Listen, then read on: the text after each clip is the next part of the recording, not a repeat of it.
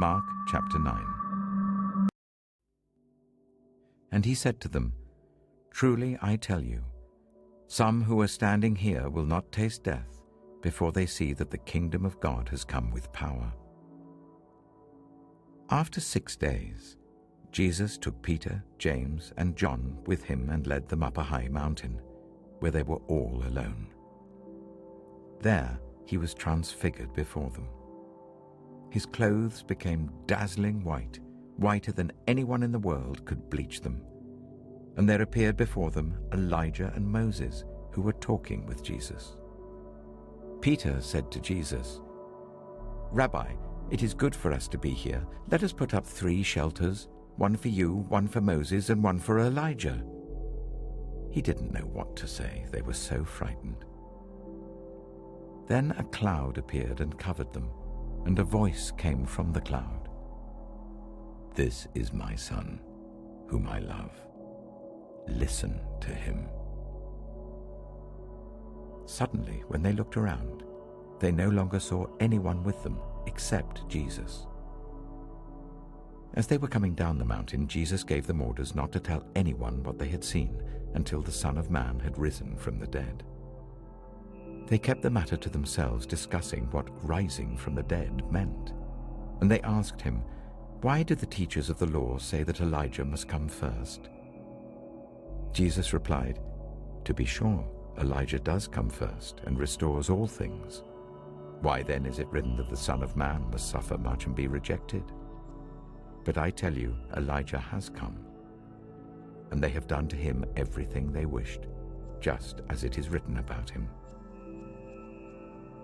When they came to the other disciples, they saw a large crowd around them and the teachers of the law arguing with them. As soon as all the people saw Jesus, they were overwhelmed with wonder and ran to greet him. "What are you arguing with them about?" he asked. A man in the crowd answered, "Teacher, I brought you my son who is possessed by a spirit that has robbed him of speech. Whenever it seizes him, it throws him to the ground. He foams at the mouth, gnashes his teeth, and becomes rigid.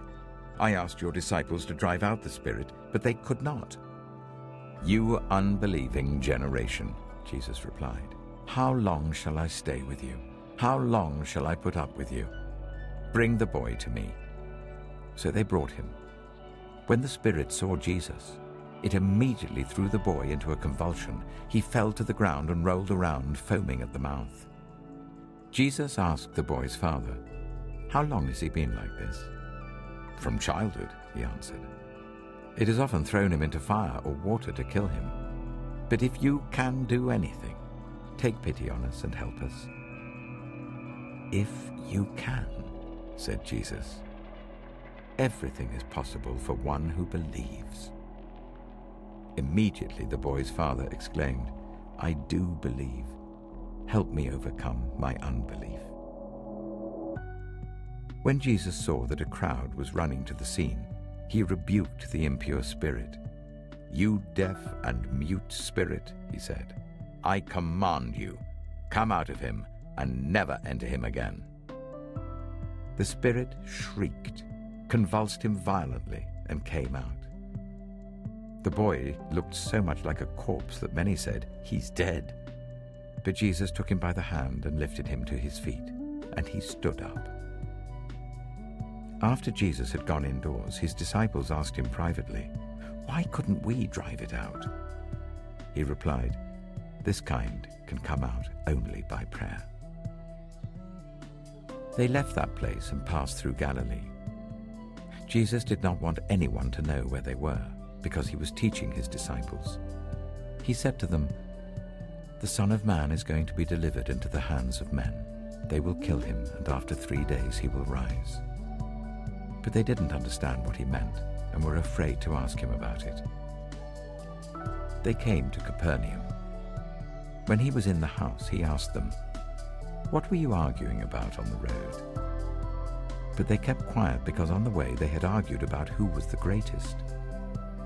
Sitting down, Jesus called the 12 and said, "Anyone who wants to be first must be the very last and the servant of all." He took a little child whom he placed among them. Taking the child in his arms, he said to them, Whoever welcomes one of these little children in my name welcomes me. And whoever welcomes me does not welcome me, but the one who sent me." "Teacher," said John, "we saw someone driving out demons in your name, and we told him to stop because he was not one of us." "Do not stop him," Jesus said, "for no one who does a miracle in my name can in the next moment say anything bad about me. For whoever is not against us is for us. Truly I tell you, anyone who gives you a cup of water in my name, because you belong to the Messiah, will certainly not lose their reward. If anyone causes one of these little ones, those who believe in me, to stumble, it would be better for them if a large millstone were hung around their neck and they were thrown into the sea. If your hand causes you to stumble, cut it off. It's better for you to enter life maimed than with 2 hands to go into hell, where the fire never goes out. And if your foot causes you to stumble, cut it off. It's better for you to enter life crippled than to have 2 feet and be thrown into hell. And if your eye causes you to stumble, pluck it out.